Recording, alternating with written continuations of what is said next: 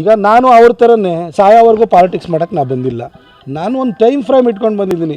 ಪ್ರತಾಪ್ ಸಿಂಹ ಬಂದು 9-10 ವರ್ಷದೊಳಗಡೆ ಇಷ್ಟೆಲ್ಲ ಮಾಡಿದ್ನ ನಾನು ಒಂದು ಸರಿ ಹೊಟ್ಟೆವರಿಂದಲೂ ಭಾಳ ಜನ ಮಾತಾಡ್ತಾರೆ. ನಾನು ಅದಕ್ಕೆ ಅದನ್ನು ಜನರ ತೀರ್ಮಾನಕ್ಕೆ ಬಿಡ್ತೀನಿ. ಕೆಲವರು 30-40 ವರ್ಷ ರಾಜಕಾರಣ ಮಾಡಿದ್ದಾರೆ.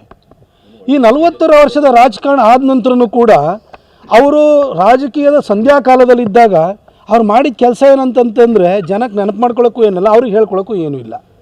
ಆದರೆ ಪ್ರತಾಪ್ ಸಿಂಹ ಬಂದು 9-10 ವರ್ಷದೊಳಗಡೆ ಇಷ್ಟೆಲ್ಲ ಮಾಡಿದ್ನ ನಾನು ಒಂದು ಸರಿ ಹೊಟ್ಟೆವರಿಂದಲೂ ಭಾಳ ಜನ ಮಾತಾಡ್ತಾರೆ. ನಾನು ಅದಕ್ಕೆ ಅದನ್ನು ಜನರ ತೀರ್ಮಾನಕ್ಕೆ ಬಿಡ್ತೀನಿ. ಈಗ ನಾನು ಅವ್ರ ಥರನೇ ಸಾಯೋವರೆಗೂ ಪಾಲಿಟಿಕ್ಸ್ ಮಾಡೋಕ್ಕೆ ನಾ ಬಂದಿಲ್ಲ. ನಾನು ಒಂದು ಟೈಮ್ ಫ್ರೇಮ್ ಇಟ್ಕೊಂಡು ಬಂದಿದ್ದೀನಿ.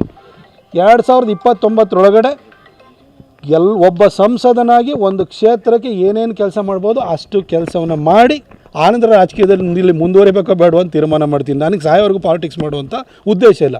ಆದರೆ ಸಾಯೋವರೆಗೂ ಪಾಲಿಟಿಕ್ಸ್ ಮಾಡ್ತಿರೋರಿಗೆ ಏನಾಗುತ್ತೆ ಅಂದರೆ ಕಡೆ ಕಾಲ ಬಂದಾಗಲೂ ಕೂಡ ಹೇಳ್ಕೊಳ್ಳೋಕ್ಕೇನೂ ಇರೋಲ್ಲ. ಹಾಗಾಗಿ ಈ ಥರದ್ದೆಲ್ಲ ವಿಚಾರಗಳನ್ನು ತೆಗಿತಾ ಇರ್ತಾರೆ. ಕೆಲವರು 30-40 ವರ್ಷ ರಾಜಕಾರಣ ಮಾಡಿದ್ದಾರೆ. ಈ 40 ವರ್ಷದ ರಾಜಕಾರಣ ಆದ ನಂತರನೂ ಕೂಡ ಅವರು ರಾಜಕೀಯದ ಸಂಧ್ಯಾಕಾಲದಲ್ಲಿದ್ದಾಗ ಅವ್ರು ಮಾಡಿದ ಕೆಲಸ ಏನಂತಂತಂದರೆ ಜನಕ್ಕೆ ನೆನಪು ಮಾಡ್ಕೊಳ್ಳೋಕ್ಕೂ ಏನಿಲ್ಲ, ಅವ್ರಿಗೆ ಹೇಳ್ಕೊಳ್ಳೋಕ್ಕೂ ಏನೂ ಇಲ್ಲ. ಆದರೆ ಪ್ರತಾಪ್ ಸಿಂಹ ಬಂದು 9-10 ವರ್ಷದೊಳಗಡೆ ಇಷ್ಟೆಲ್ಲ ಮಾಡಿದ್ನ ನಾನು ಒಂದು ಸರಿ ಹೊಟ್ಟೆವರಿಂದಲೂ ಭಾಳ ಜನ ಮಾತಾಡ್ತಾರೆ. ನಾನು ಅದಕ್ಕೆ ಅದನ್ನು ಜನರ ತೀರ್ಮಾನಕ್ಕೆ ಬಿಡ್ತೀನಿ. ಈಗ ನಾನು ಅವ್ರ ಥರನೇ ಸಾಯೋವರೆಗೂ ಪಾಲಿಟಿಕ್ಸ್ ಮಾಡೋಕ್ಕೆ ನಾ ಬಂದಿಲ್ಲ. ನಾನು ಒಂದು ಟೈಮ್ ಫ್ರೇಮ್ ಇಟ್ಕೊಂಡು ಬಂದಿದ್ದೀನಿ.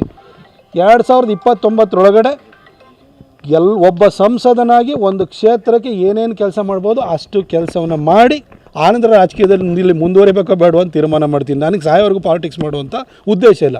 ಆದರೆ ಸಾಯೋವರೆಗೂ ಪಾಲಿಟಿಕ್ಸ್ ಮಾಡ್ತಿರೋರಿಗೆ ಏನಾಗುತ್ತೆ ಅಂದರೆ ಕಡೆ ಕಾಲ ಬಂದಾಗಲೂ ಕೂಡ ಹೇಳ್ಕೊಳ್ಳೋಕ್ಕೇನೂ ಇರೋಲ್ಲ. ಹಾಗಾಗಿ ಈ ಥರದ್ದೆಲ್ಲ ವಿಚಾರಗಳನ್ನು ತೆಗಿತಾರೆ.